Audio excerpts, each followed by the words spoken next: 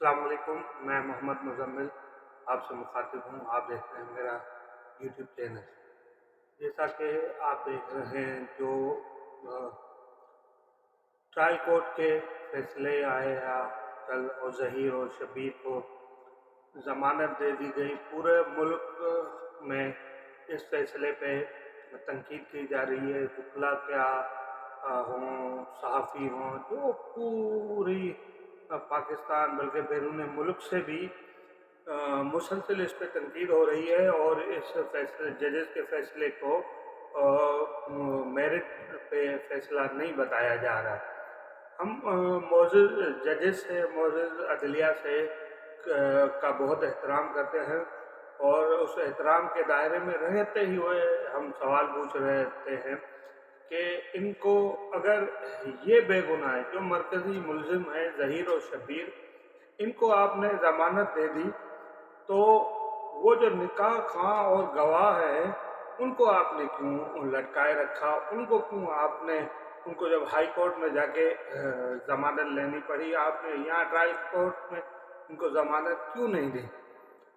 جب ان کو دی تو ان کو بھی دینی بنتی تھی نا۔ اب جب ان کو دی ہے تو ان کو بھی دینی بنتی تھی۔ جب ان کو دی ہے ابھی تو پھر بھی یہ میرٹ پہ فیصلہ نہیں ہے۔ عوام سوال پوچھ رہی ہے، اداکارہ جشن منا رہی ہے، اداکارہ میں اتنی ہمت آ گئی ہے کہ وہ صحافیوں کو سوئٹس بھیج رہی ہے، مخالف وکلا کو، مہدی کاظمی کے وکلا کو وہ اپنی لائیو سیشن میں بتا رہے ہیں کہ ہم نے جبران ناصر کو سوئٹس بھیجے ہیں۔ تو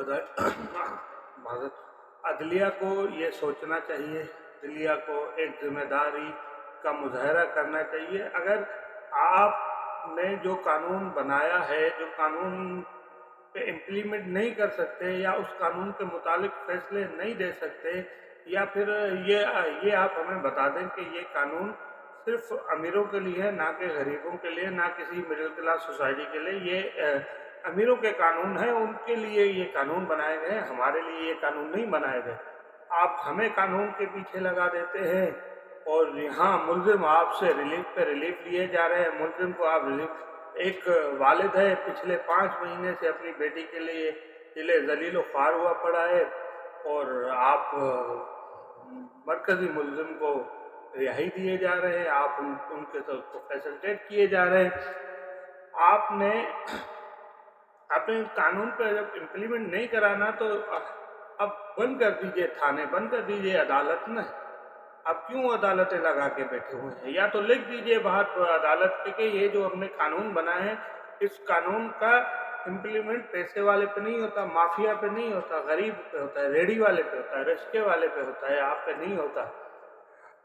ابھی رات جو نورہ بی بی ہے، وہ نہ سندھ پولیس کے ہاتھ آ رہی ہے، نہ کسی کے آ رہی ہے۔ وہ ججز کو پولیس چونا لگا رہی ہے، اور وہ چونا لگوا رہے ہیں کہ رستے بند ہیں، تو یہ ہے تو وہ ہے۔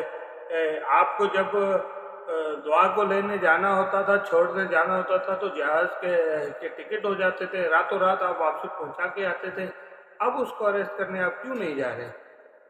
بولے مفرور ہے، فرار ہے، اور وہ اداکارہ لائیو سیشن کرتی ہے، اس میں وہ جبری جعفری وکیل کے پیچھے اس کو دیکھا گیا کہ وہ وہاں گھوم رہی ہے، وہاں پیزا پارٹی ہو رہی ہے۔ یہاں ججز، یقیناً ججز کے گھر میں بھی پیزا پارٹی ہوئی ہوگی نا۔ یہ اداکارہ کے گھر میں صرف پیزا پارٹی نہیں ہوئی، یہ ججز کے گھر میں بھی۔ آپ نے عوام کا فدو لگایا ہوا ہے، عوام کو آپ نے بیوقوف بنایا ہوا ہے اس فیصلے کر کے۔ 5 مہینے سے پورا پاکستان، پوری دنیا اس کیس کو دیکھ رہی ہے کہ اس کیس کا کب فیصلہ آئے گا، کب فیصلہ آئے گا، کب ان غریب والدین کو جو ہے انصاف ملے گا۔ مگر کہیں انصاف ڈھونڈنے کے چکر میں وہ اس کے بال سفید ہو گئے، مگر انصاف نہیں مل رہا۔ وکلا خوار ہو گئے، صحافی رول رہے ہیں، کس کو پتہ؟ ایک بچے سے پوچھو یہ کیس کیا ہے، وہ بولے گا یہ کہیں گے۔ کہاں سے یہ پیسے آتے ہیں؟ ان کو کہاں سے یہ پیسے ملتے ہیں؟ ابھی اپنے سوراب برکت نے کچھ دن پہلے جو ولاگ بنایا، کل جو ولاگ بنایا، اس ولاگ میں بتایا کہ